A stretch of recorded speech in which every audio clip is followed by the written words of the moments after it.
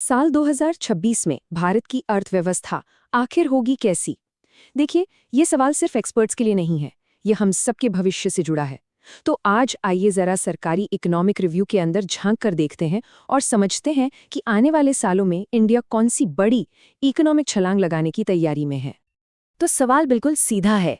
आने वाले कुछ सालों में इंडिया की इकोनॉमिक स्टोरी क्या होने वाली है? क्या हम दुनिया की सबसे तेज रफ्तार पकड़ेंगे या फिर कहीं चुनौतियों में ही उलझे रह जाएंगे? इसका जवाब एक ही नंबर में छिपा हुआ है और वो नंबर है 7.4%। अब सुनिए, ये सिर्फ एक आंकड़ा नहीं है, ये वो जीडीपी ग्रोथ का अनुमान है जो भारत को दुनिया के इकोनॉमिक स्टेज पर बिल्कुल सेंटर में लाकर खड़ा कर सकता है। पर इसका असली मतलब क्या है? मतलब साफ है, 7.4% की ग्रोथ रेट के साथ भारत दुनिया की सबसे तेजी से बढ़ने वाली मेजर इकोनॉमी बन जाएगा। और ये सिर्फ एक घरेलू अचीवमेंट नहीं होगी, बल्कि दुनिया के लिए एक पावरफुल स्टेटमेंट होगा कि भारत का टाइम अब आ गया है। तो सवाल ये उठता है कि भारत ये आर्थिक छलांग लगाएगा कैसे?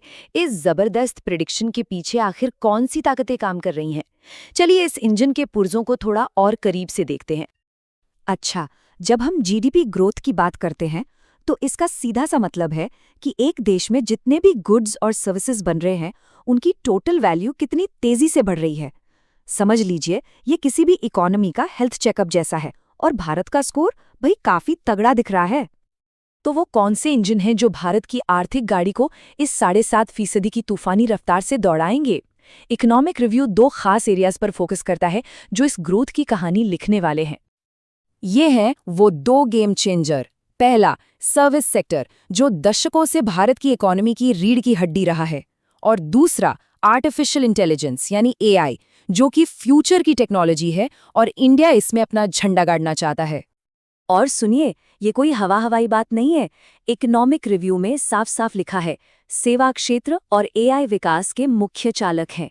तो ये एक क्लियर कट गवर्नमेंट स्ट्रैटेजी है जो बताती है कि देश का फोकस कहाँ रहने वाला है। लेकिन सिर्फ एरियाज पहचानने से तो काम नहीं चलेगा, है ना? सरकार इस ग्रोथ को असलियत बनाने के लिए भारी भरकम इन्वेस्टमेंट भी कर रही है। तो पैसा कहाँ लगाया जा रहा है, आइए देखते हैं। ये इन्वेस्टमेंट 3 मेन पिलर्स पर खड़ा है। पहला, सेमीकंडक्टर, जो आज के हर इलेक्ट्रॉनिक डिवाइस का दिमाग होते हैं। दूसरा, बायोफार्मा, यानी हेल्थ और मेडिसिन का फ्यूचर। और तीसरा, इंफ्रास्ट्रक्चर, मतलब अच्छी सड़कें, पोर्ट्स, डिजिटल नेटवर्क्स, जो कि किसी भी इकोनॉमी की बैकबोन होती है। तो ये सारे नंबर्स, ये सारी स्ट्रैटेजीज, ये इन्वेस्टमेंट, ये सब मिलकर एक बहुत बड़े गोल की तरफ इशारा कर रहे हैं। ये सिर्फ इकोनॉमिक ग्रोथ की बात नहीं है, ये एक पूरे देश के विजन की बात है। और वो अल्टीमेट गोल है विकसित भारत।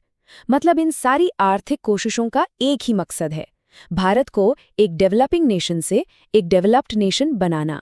यही वो मंजिल है जिसके लिए ये पूरा रोड मैप तैयार किया गया है। तो चलिए एक बार फटाफट सब कुछ समेट लेते हैं। टारगेट क्या है? 7.4% की जीडीपी ग्रोथ, जिससे भारत दुनिया में सबसे तेज बने। इस रफ्तार का फ्यूल क्या है? सर्विस सेक्टर और एआई।